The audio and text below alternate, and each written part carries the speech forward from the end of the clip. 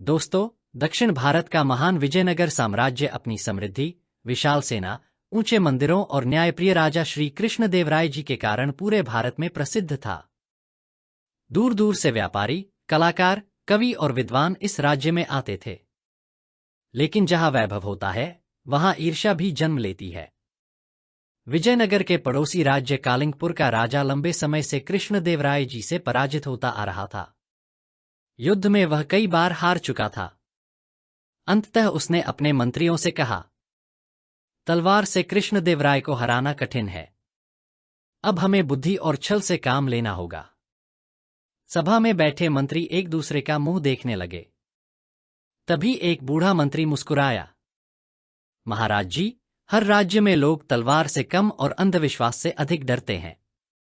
यदि हम उनके मन में भय बैठा दें, तो युद्ध किए बिना भी उन्हें कमजोर कर सकते हैं।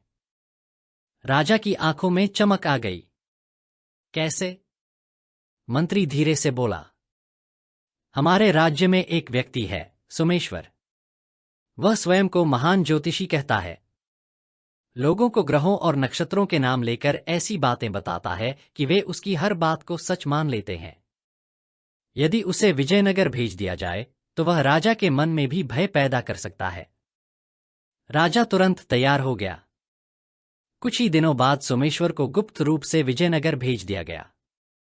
एक सुबह विजयनगर के मुख्य द्वार पर एक लंबी सफेद दाढ़ी वाला वृद्ध पहुंचा। उसके कंधे पर लाल रंग का झोला था, हाथ में चंदन की माला और माथे पर बड़ा सा तिलक। वह धीरे धीरे चलते हुए नगर के बीचों बीच पहुंचा और एक विशाल बरगद के पेड़ के नीचे बैठ गया। उसने ऊंची आवाज में कहा, मैं काशी से आया महान ज्योतिषाचार्य सोमेश्वर हूं। ग्रहों का रहस्य जानता हूं।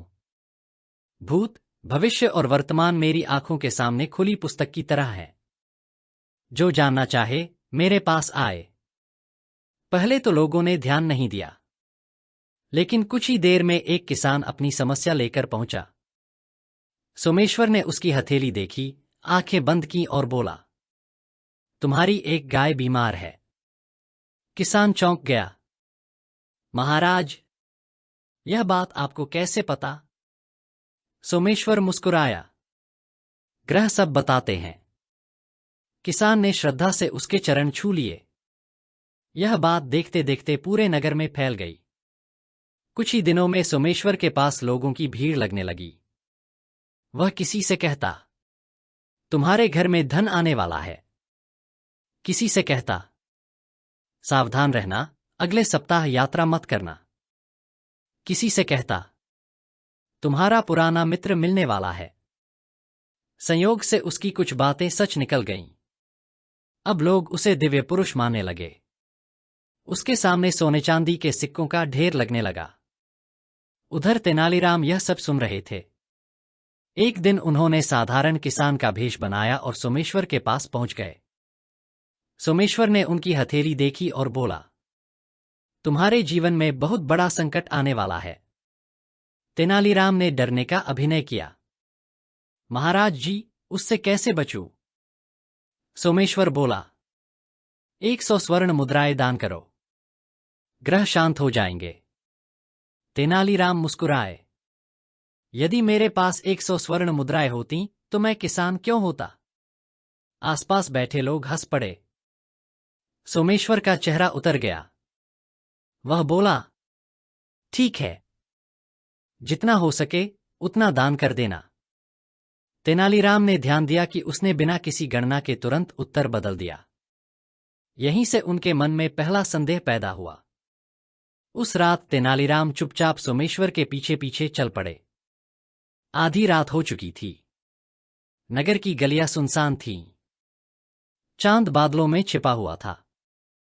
सोमेश्वर धीरे धीरे चलता हुआ नगर के बाहर एक पुराने, खंडहर पड़े शिव मंदिर तक पहुंचा। तेनालीराम एक पेड़ के पीछे छिप गए। उन्होंने देखा, मंदिर के भीतर पहले से ही काले कपड़े पहने 2 व्यक्ति खड़े थे। सोमेश्वर ने चारों ओर देखा कि कोई है या नहीं। फिर धीमी आवाज में बोला, सब योजना के अनुसार चल रहा है। कुछ ही दिनों में पूरा विजयनगर मेरे चरणों में होगा। एक आदमी ने पूछा, राजा तक पहुंचने में कितना समय लगेगा? सोमेश्वर बोला, बस 2-3 दिन और।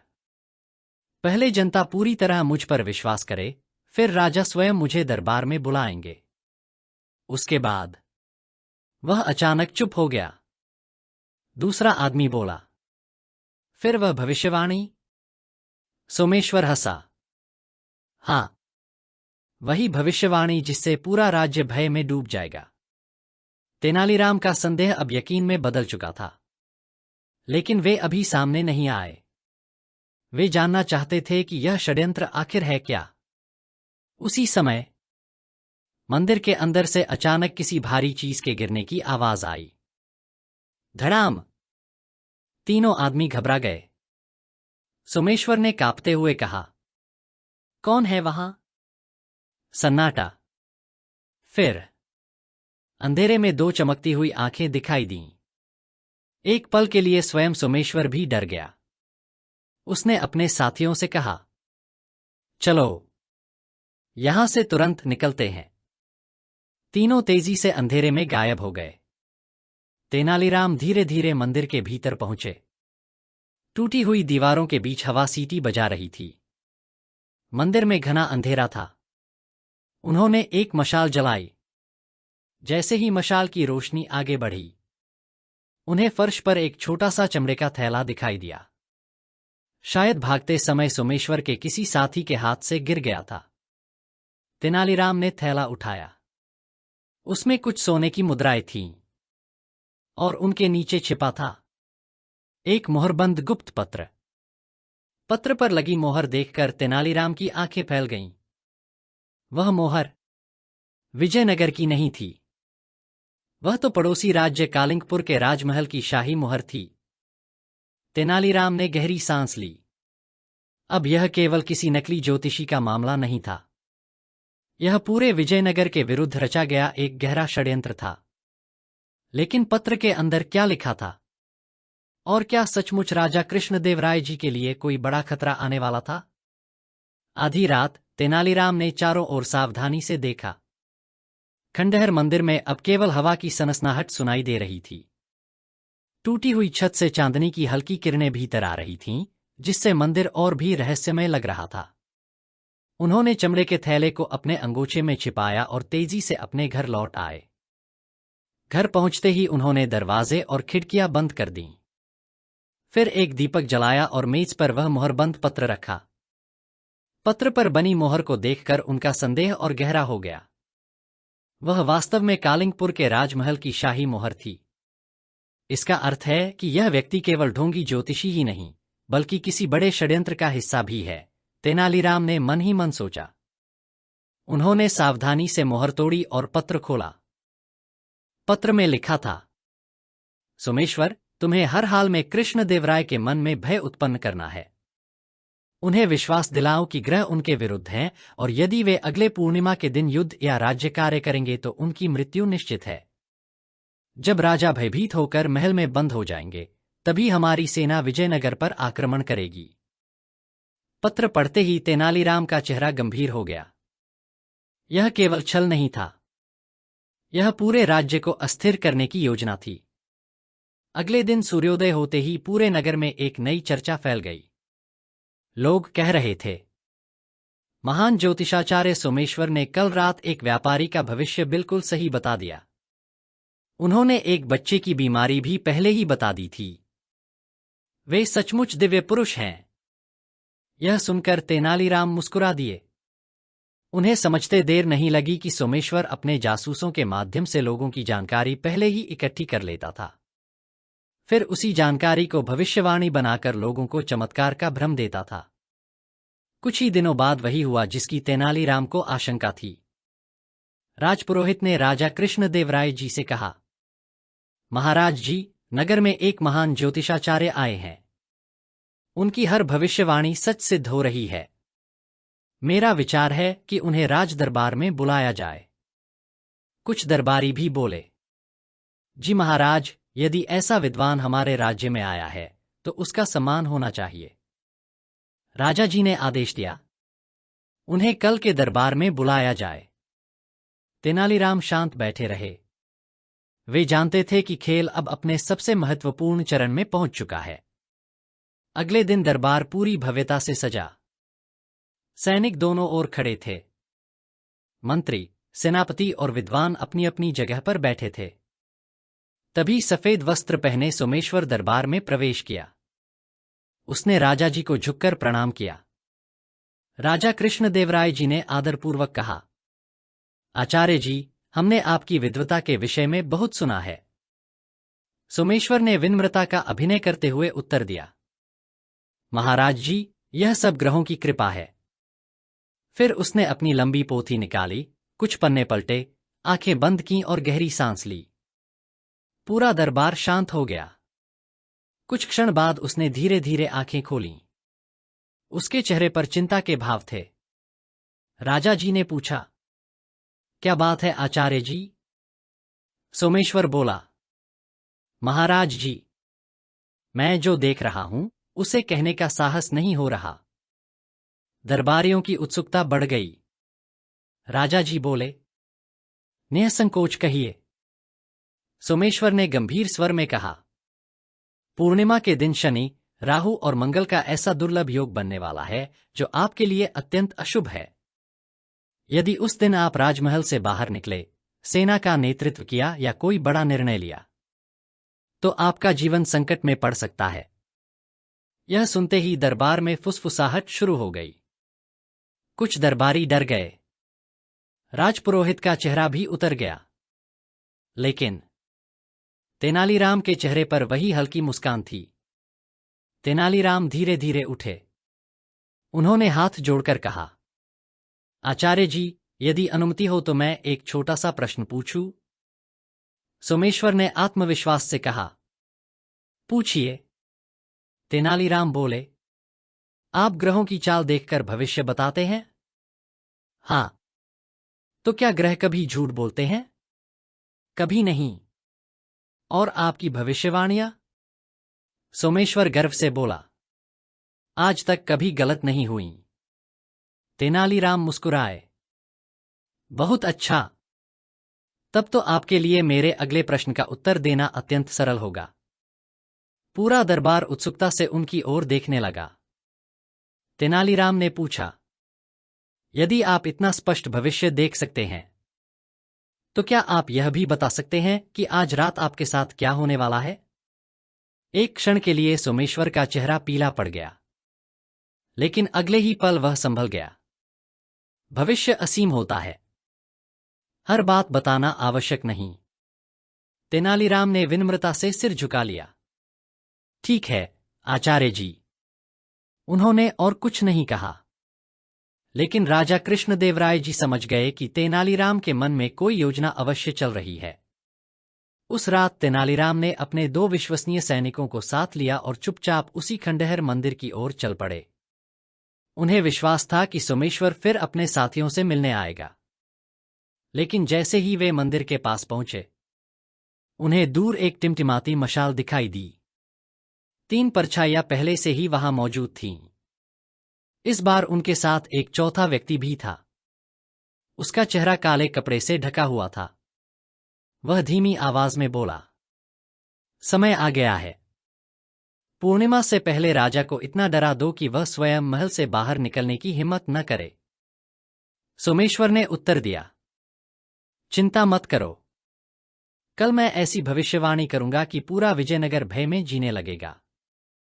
उसी समय चौथे व्यक्ति ने अपना हाथ आगे बढ़ाया। मशाल की रोशनी उसकी उंगली में पहनी एक विशेष राजमुद्रा वाली अंगूठी पर पड़ी। तेनालीराम की आंखें सिकुड़ गईं। उन्होंने वह अंगूठी पहले भी कहीं देखी थी, लेकिन कहां, उन्हें याद नहीं आ रहा था। अचानक उनके पीछे किसी सूखी टहनी पर पैर पड़ गया। चर्र! चारों षड्यंत्रकारी एक साथ मुड़े। कौन है वहां?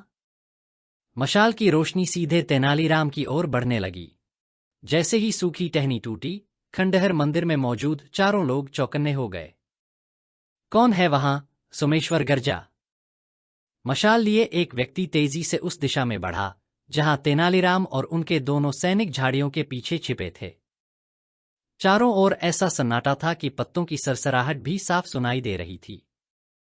तेनालीराम ने सैनिकों को आंखों से इशारा किया, बिल्कुल मत हिलना। मशाल लिए व्यक्ति धीरे धीरे आगे बढ़ा। उसकी परछाई लंबी होती जा रही थी।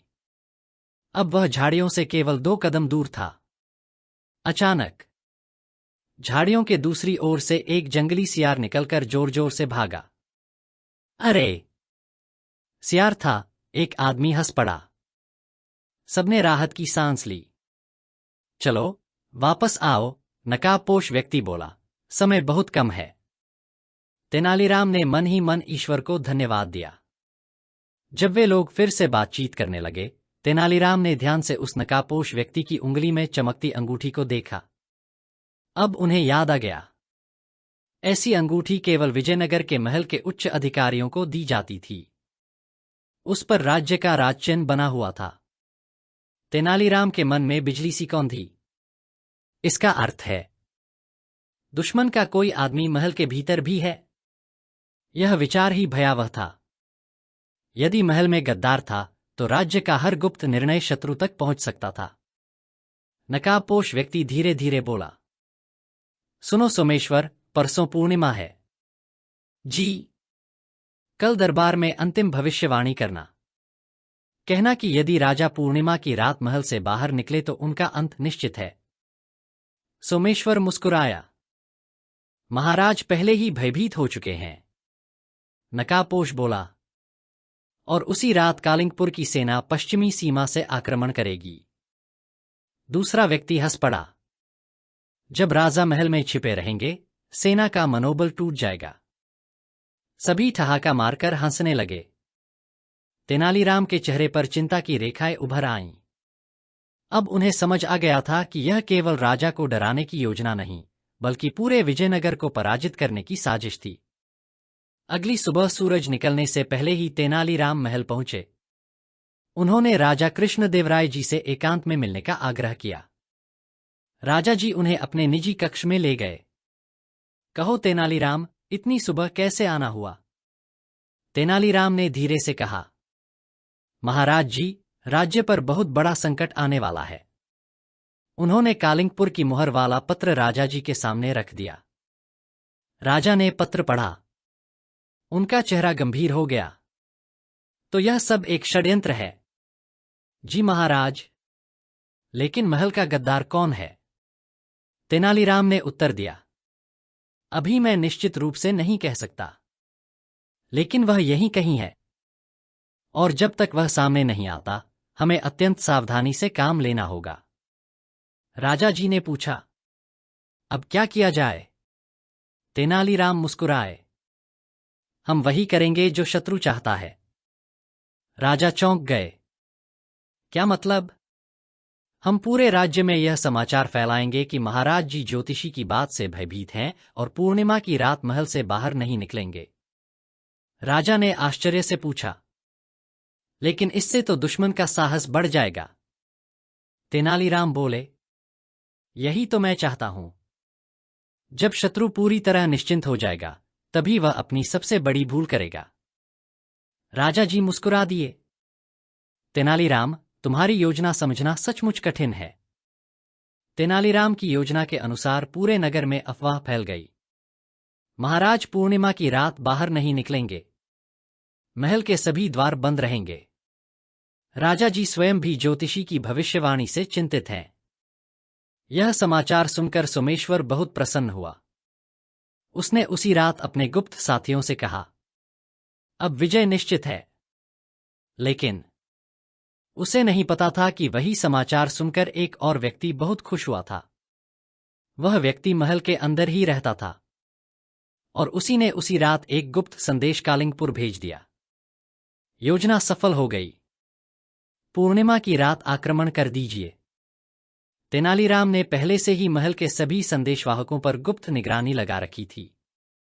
रात के अंधेरे में एक सैनिक दौड़ता हुआ उनके पास आया। तेनालीराम जी, क्या हुआ? महल से एक व्यक्ति गुप्त पत्र लेकर पश्चिमी जंगल की ओर गया है। तेनालीराम की आंखों में चमक आ गई। उसी का पीछा करो, लेकिन उसे पकड़ना मत। मुझे केवल यह जानना है कि वह किससे मिलता है। सैनिक तुरंत निकल पड़े। कुछ घंटों बाद वे लौटे।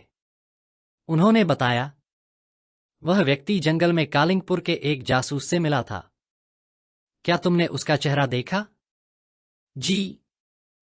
सैनिक कुछ क्षण रुका, फिर धीमी आवाज में बोला, महाराज के प्रधान सचिव। यह सुनते ही तेनालीराम भी एक पल के लिए स्तब्ध रह गए।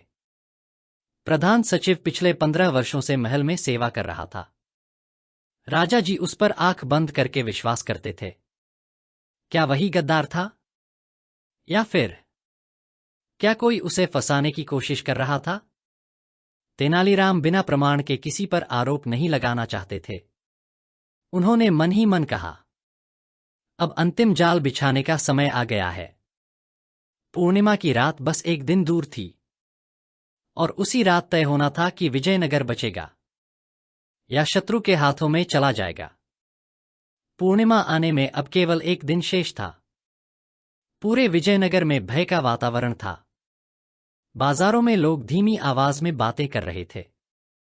क्या सचमुच महाराज जी महल से बाहर नहीं निकलेंगे? अगर ज्योतिषी की बात सच हुई तो? सुना है ग्रह बहुत अशुभ हैं। यह सब सुनकर सोमेश्वर मन ही मन प्रसन्न हो रहा था।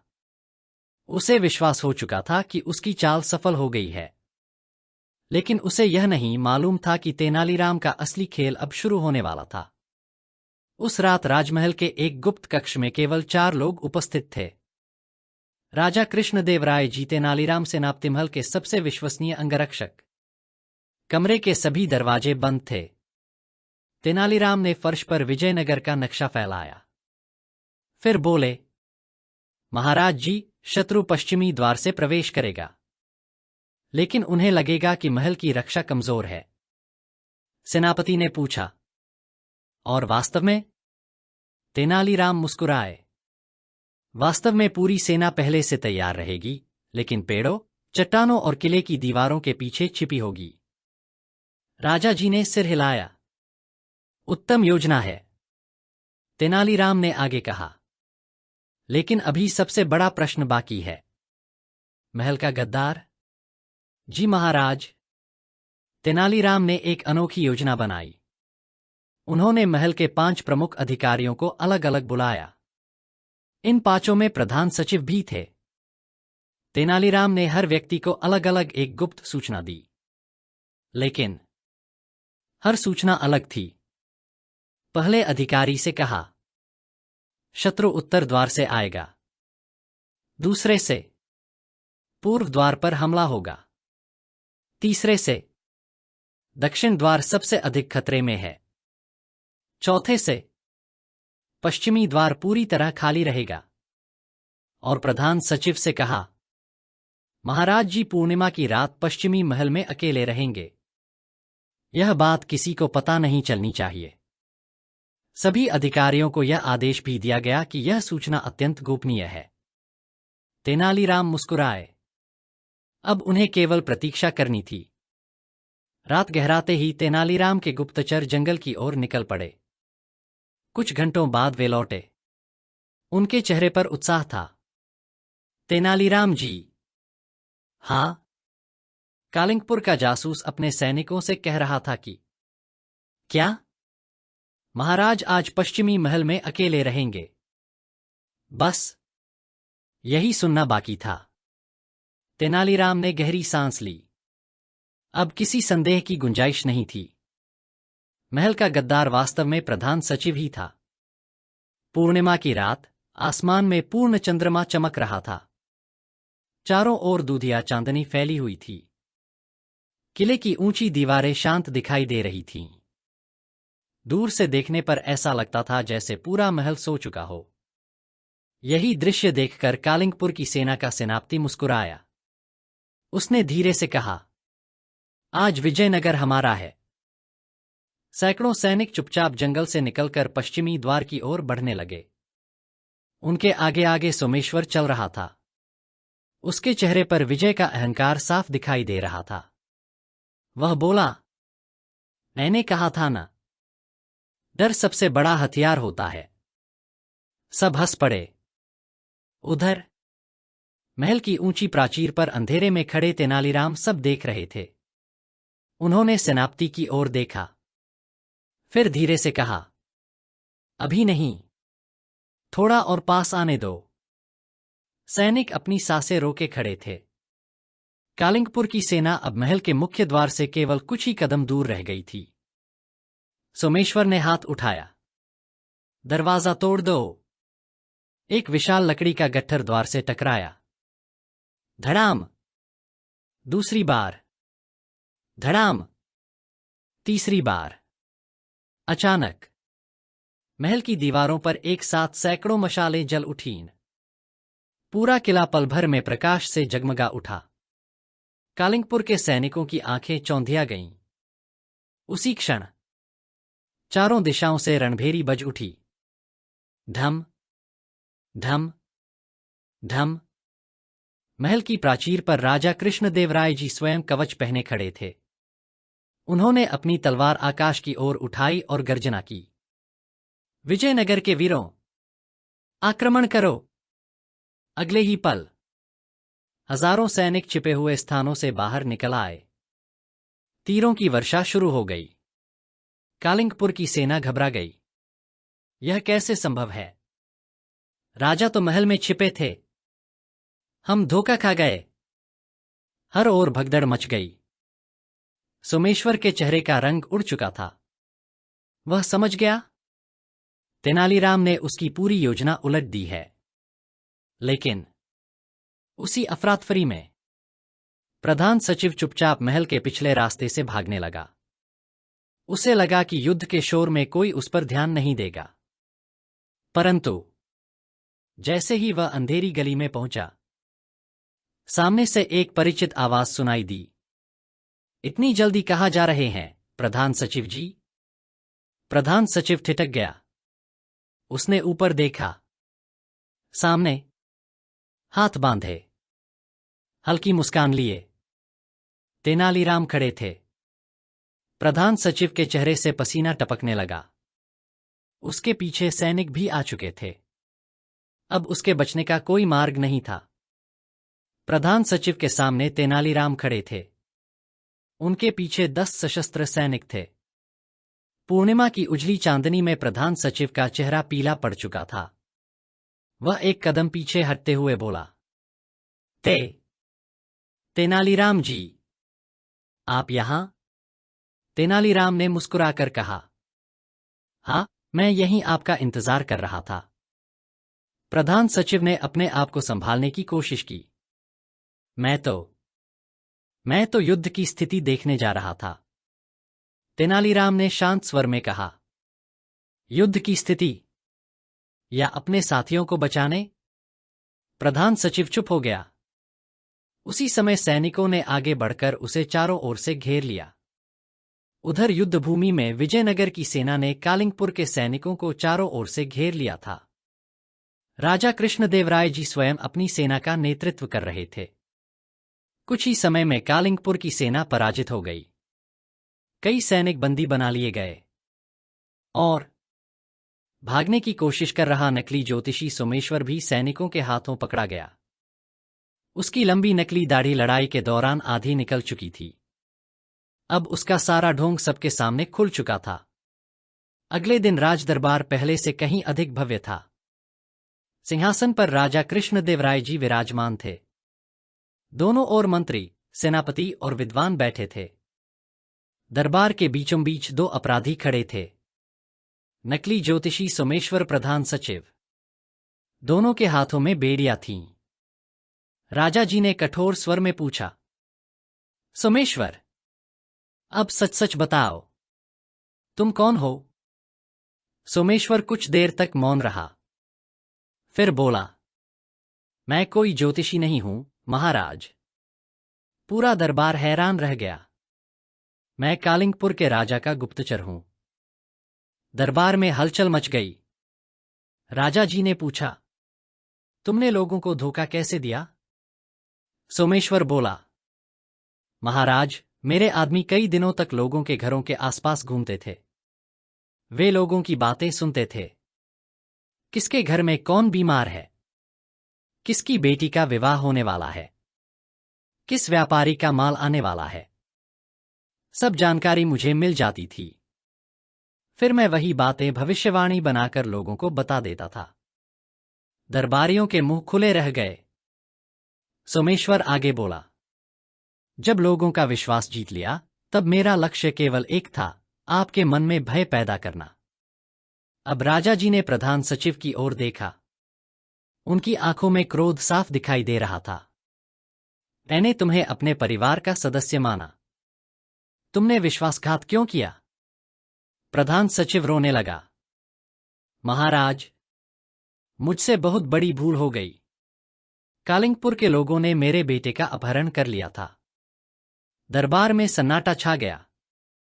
प्रधान सचिव ने कांपती आवाज में कहा, उन्होंने कहा था यदि मैं उनकी सहायता नहीं करूंगा तो मेरे बेटे को मार देंगे।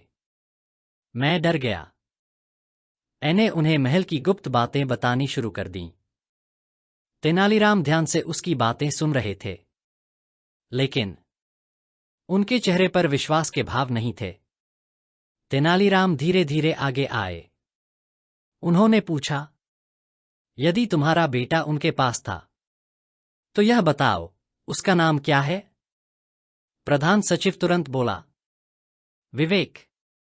उसकी आयु 12 वर्ष। तेनालीराम मुस्कुराए, फिर बोले, महाराज जी, क्या मैं एक व्यक्ति को भीतर बुला सकता हूं? राजा जी ने अनुमति दे दी। तेनालीराम ने ताली बजाई। दरबार का द्वार खुला और एक 12 वर्ष का बालक अंदर आया। वह दौड़कर प्रधान सचिव के पास पहुंचा। पिताजी। प्रधान सचिव की आंखें फैल गईं। विवेक। पूरा दरबार स्तब्ध रह गया। तेनालीराम बोले, महाराज जी, कल रात ही हमारे सैनिकों ने प्रधान सचिव के घर की रक्षा की थी। उनका बेटा कभी अपहरित हुआ ही नहीं। प्रधान सचिव का सिर झुक गया। उसके सारे झूठ एक ही पल में समाप्त हो गए। वह रोते हुए बोला, महाराज, मुझे क्षमा कर दीजिए। कालिंगपुर के राजा ने मुझे सोने की हजारों मुद्राओं का लालच दिया था। मैं धन के लोभ में अंधा हो गया। राजा जी की आंखों में निराशा थी। धन के लिए तुमने अपने राज्य से विश्वासघात किया? प्रधान सचिव रोता रहा। लेकिन अब बहुत देर हो चुकी थी। राजा जी ने पूछा, तेनालीराम, तुम्हें सबसे पहले संदेह कब हुआ? तेनालीराम मुस्कुराए, महाराज जी, जिस दिन इसने किसानों से कहा कि ग्रहों को शांत करने के लिए सोने का दान देना होगा। सच्चा विद्वान कभी भय बेचकर धन नहीं कमाता। फिर उन्होंने पूरी योजना बताई। मंदिर में गुप्त बैठक, कालिंगपुर की मुहर वाला पत्र, अलग अलग अधिकारियों को अलग अलग सूचना देना, गद्दार तक पहुंचना, सेना को पहले से छिपाकर रखना, झूठी अफवाह फैलाकर शत्रु को जाल में फंसाना।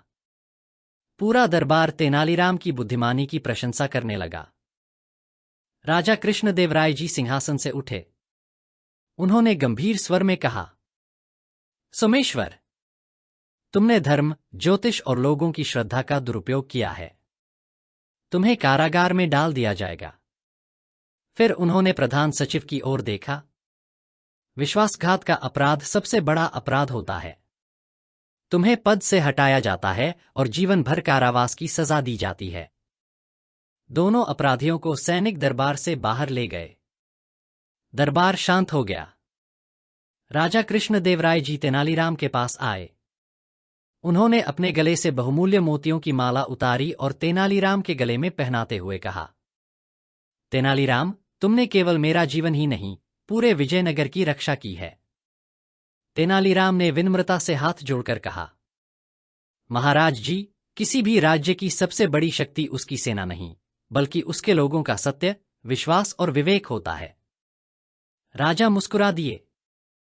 पूरा दरबार तालियों की गड़गड़ाहट से गूंज उठा। उस दिन के बाद विजयनगर में कोई भी व्यक्ति केवल चमत्कारों और डराने वाली भविष्यवाणियों पर आंख बंद करके विश्वास नहीं करता था। लोग कहते थे, जो व्यक्ति भय बेचकर लाभ कमाए, उससे सावधान रहो। और जो व्यक्ति सत्य के साथ खड़ा रहे वही सच्चा ज्ञानी है। कहानी से शिक्षा, अंधविश्वास से अधिक शक्तिशाली विवेक होता है। सच्चा ज्ञान कभी भय पैदा नहीं करता, बल्कि सही मार्ग दिखाता है। लालच और विश्वासघात का अंत हमेशा बुरा होता है। किसी भी सूचना पर आंख बंद करके विश्वास करने के बजाय उसकी जांच करनी चाहिए। बुद्धि, धैर्य और सत्य से सबसे बड़ी साजिश भी विफल की जा सकती है। दोस्तों, यदि यह कहानी आपके हृदय को स्पर्श कर गई हो तो इसके संदेश को अपने जीवन में अपनाने का प्रयास करें। भगवान श्री कृष्ण की कृपा आप और आपके परिवार पर सदैव बनी रहे। फिर मिलेंगे तेनालीराम की एक और अद्भुत, रोचक और शिक्षाप्रद कहानी के साथ। तब तक अपने माताजी, पिताजी, गुरुजी और सभी बड़े बुजुर्गों का सम्मान करें, सत्य और धर्म के मार्ग पर चलें तथा प्रतिदिन भगवान श्री कृष्ण का स्मरण अवश्य करें। दोस्तों, कमेंट करके बताएं कि आपको हमारी यह प्रस्तुति कैसी लगी। पसंद आई तो इसे लाइक और शेयर करें तथा चैनल को सब्सक्राइब करके मेरा मनोबल बढ़ाएं। नमस्कार।